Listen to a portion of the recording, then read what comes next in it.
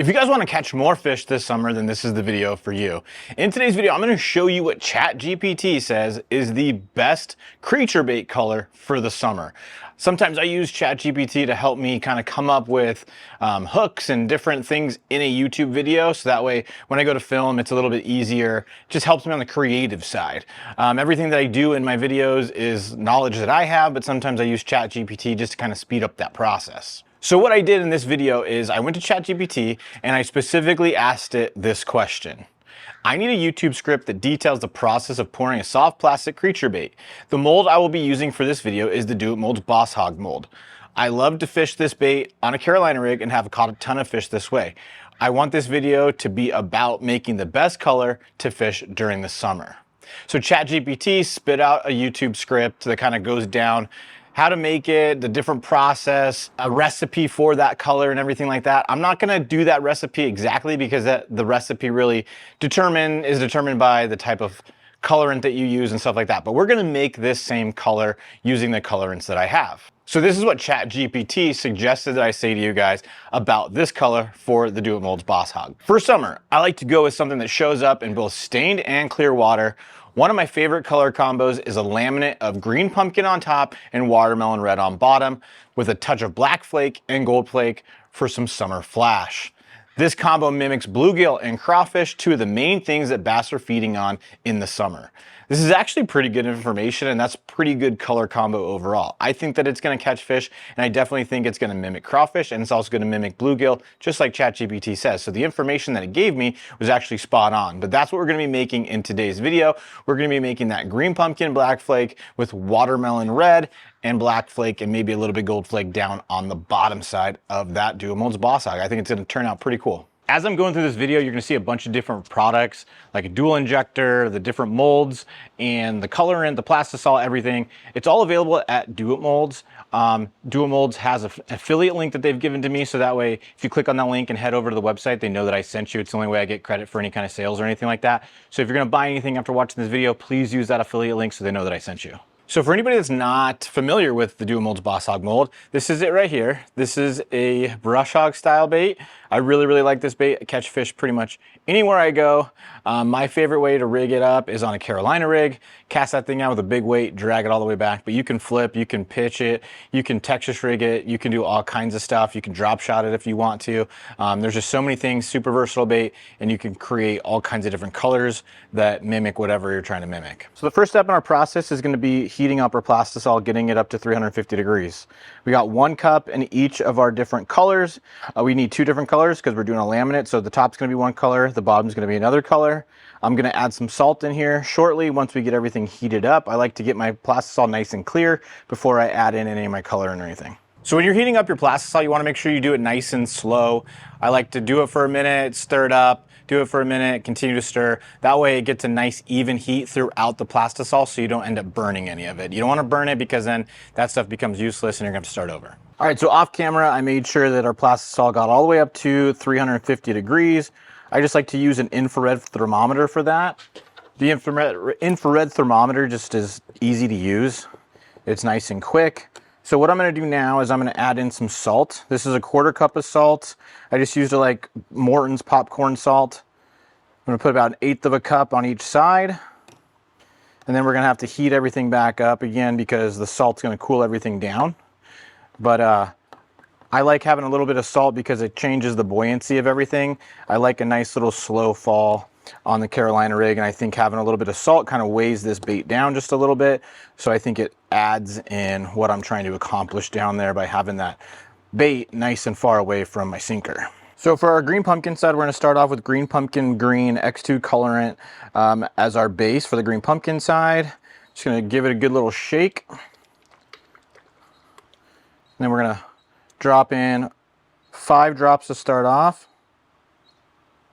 Actually, we're gonna go 6.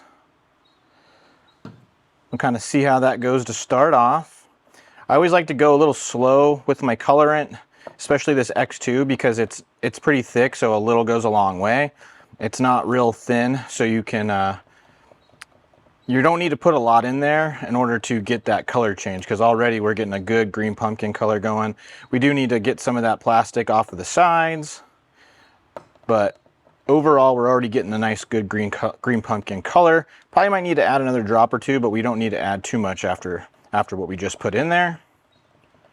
We're going to do the green pumpkin green X2 colorant from Do It Molds as well for the watermelon side. Hopefully there's enough contrast between the two. I've never done this before, so I don't know exactly what that contrast is going to look like. Hopefully it's fairly obvious, but it'll be subtle because they're both, you know, green colors, but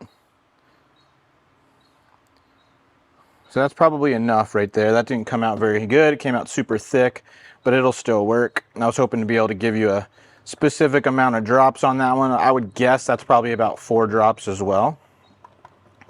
Oh yeah, there's definitely a distinct color difference between the two. I'm happy with that.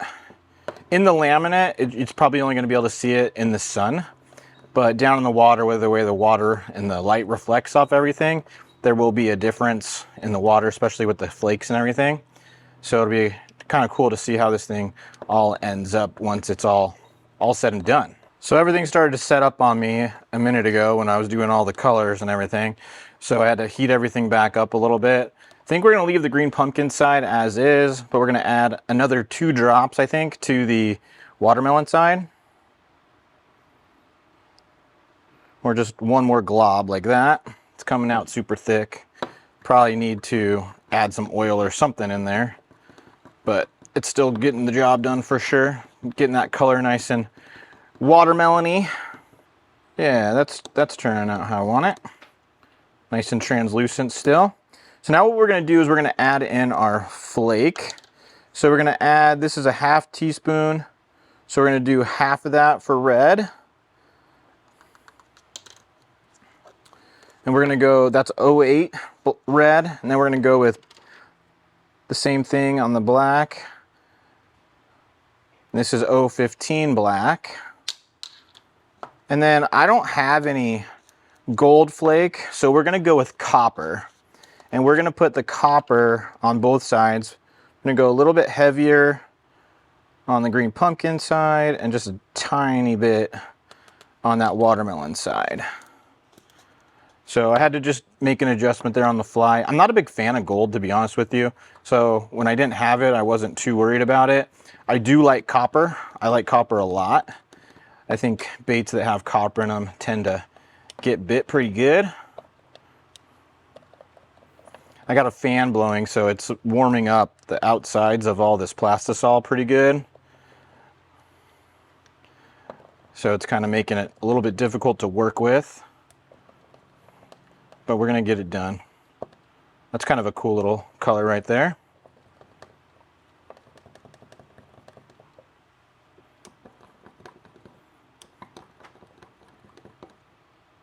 Well, that turned out good. I think I need to add some more red. I want it to be a little bit more watermelon red than that. Add in a little bit more red. That 08 red just, it takes a little bit to really get that red to pop. But when it does, it's a nice shimmer because that flake is so small.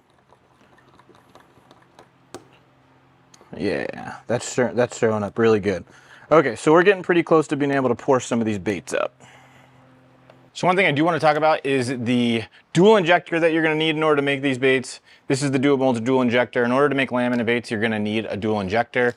What this does is it allows you to suck up 2 different colors and then put it through a blending block that you'll see when we actually pour these baits up, and it gives that two-tone, that laminate color. So one side's going to be that green pumpkin with the black and the copper, and then the other side's going to be that watermelon with the red and black and copper. I think it's going to turn out pretty cool. Never thrown a bait like this before. The copper side with the green pumpkin isn't really turning out exactly how I was hoping.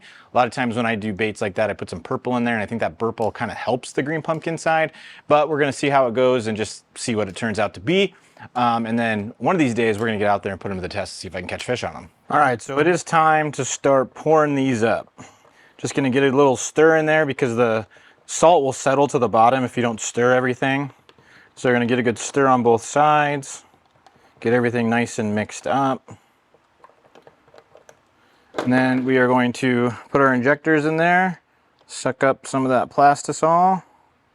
I like to check for a good flow. We got a good flow in there. Then we're going to come over to our baits. molds, and then you go even pressure on down. You're gonna hold that pressure and go over to the next one. Even pressure on down. Hold that pressure. So we're gonna get some more of our green pumpkin green X2 colorant and add it into our green pumpkin side. I'm gonna do 2 more drops. Actually, I just doubled it. I'm gonna do 4 drops there and really kind of get this color to be a lot different. It needs to be darker so that way we have that contrast. That's definitely more. I might add a little bit of brown in there. The brown that I have isn't very, it's pretty translucent, so it won't darken everything too much, but it'll change the hue enough that hopefully there's a contrast between the 2 colors. The the laminate is very, very hard to see. I can see it in person, but I guarantee you guys can't see that on camera. I think that there's just a little bit more that we need to do to this bait in order to get that laminate to be a lot more distinct. All right, so here's gonna be our second shot at this. Hopefully everything kind of comes through better on camera, and if it doesn't, then I'm gonna step out into the sun with these baits once I get a couple of them made up and really kind of see if we can see that difference. There's definitely a difference in the cups. I just don't know if you're gonna be able to see on camera until I get outside. So we're gonna suck up our Plastisol. Check for flow, good flow. Go over to our blending block, even pressure on down. When you feel that pressure at the end, you're gonna hold it. Top off everything. Go to the next one, even pressure on down. Hold it.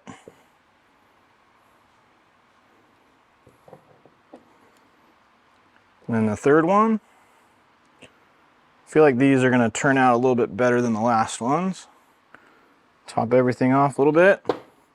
Then you always want to put the extra back in your cup so you don't waste any. You can always remelt it down, but this kind of just keeps the process moving a little bit faster.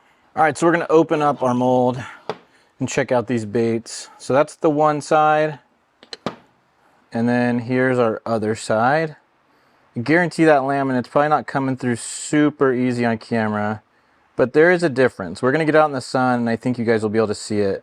It's super subtle, but it is there, and I think that that's the whole point of this laminate, is that subtle difference. So I'm out here in the sun and by the boat, and I'm hoping that the sun's gonna be helping so you guys can see this difference in this bait, because it is there. It is subtle because they're both, you know, green pumpkin natural tones, so it's not a distinct, like if you have a black and a blue or something like that. It is very subtle, but I'm hoping that on camera here it'll kind of pop through. So that's the watermelon red side focused on you guys. And then as I spin it, now you're on that green pumpkin side. So hopefully it's coming through for you guys. And I'm gonna hold it on the side here. And if you can see on the little wing on the side there, you can kind of see the difference in the flakes that are in there.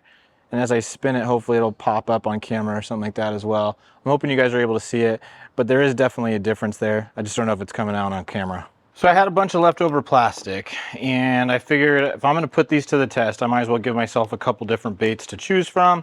So I'm also gonna rig up or pour up some of these in the McGrady Newt. I really like that McGrady Newt. It's a really cool little bait. I'll show you guys what it looks like once we get these poured up. But it's another creature style bait, and it'll complement this whole thing pretty well. So it's a small little bait, so it doesn't take a lot of Plastisol to make.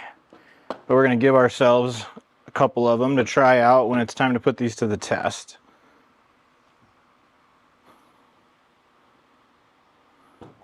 That'll give me a handful of the Boss Hogs and then a handful of these McGrady Newts. McGrady Newt could be put on a free rig, it could be on a Carolina rig, you could drop shot it. You could do a lot of different things with it, so I figured it'd be a good option to have available as well. So guys, I really like this McGrady Newt mold. It's a small little creature bait. This is the mold right here. I really like it. I've caught a bunch of fish on it already. I haven't had this one very long. It's a pretty old mold, but it definitely gets the job done. I've caught fish on it. You've seen it on the channel already, and it was just one that I thought I should give it a shot for the challenge video that I'll do here soon. And I think I'm gonna pour up one batch of Senkos. The Dual Mold Senko mold is the exact specifications of a Gary Yamamoto Senko. They've licensed it through Gary Yamamoto, so they've been able to produce a stick bait mold exactly the same as the Gary Yamamoto Senko. So we're gonna pour up at least 4 of those, so that way it gives us 3 different options of baits to be able to use during the challenge video. So here's a close-up of that Gary Yamamoto Senko mold. It says do it on the middle, on the like egg sac area of the mold, but this is the exact specifications of a 5-inch Senko. All right, guys, so here we go with our Senkos. If I have enough plastic left over, I will probably try to get at least one more. There's 4 of these that get made in one run. So if I have enough, I'll do it, but if I don't, I'll just go with the 4.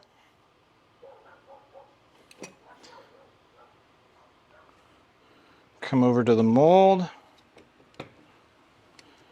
We're gonna go even pressure on down. Senkos take a little bit of plastic, so I may not have enough to do another run, but hopefully we do. If not, it's not the end of the world.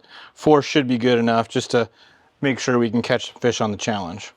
All right, guys, we're out here in the sun, and here's the Senko that we poured up. Hopefully the Senko's come through on camera. I don't think it came out as good as the rest. The laminate's just not quite as pronounced with the color. You can tell in the flake, but I don't know that it's gonna come through on camera. And then here we have the McGrady Newt.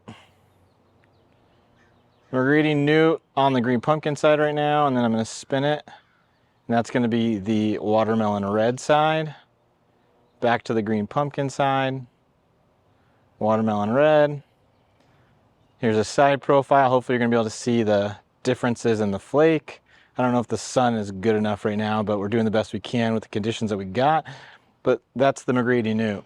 I wanted to give myself a few different options when it comes to this challenge that we're gonna go through. I think these baits turned out pretty good overall. So everything that I was using in today's video is gonna be in a product list down in the description of the video, and everything you can get over at the Do It Molds website. If you go over there, please use the link that's in the description. It's an affiliate link. When you click on that link and you go to the website, it's the only way they're gonna know that I sent you over there.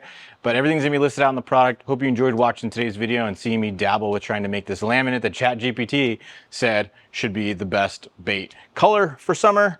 I'll see you guys in the next one, and hopefully it's that challenge video. See ya.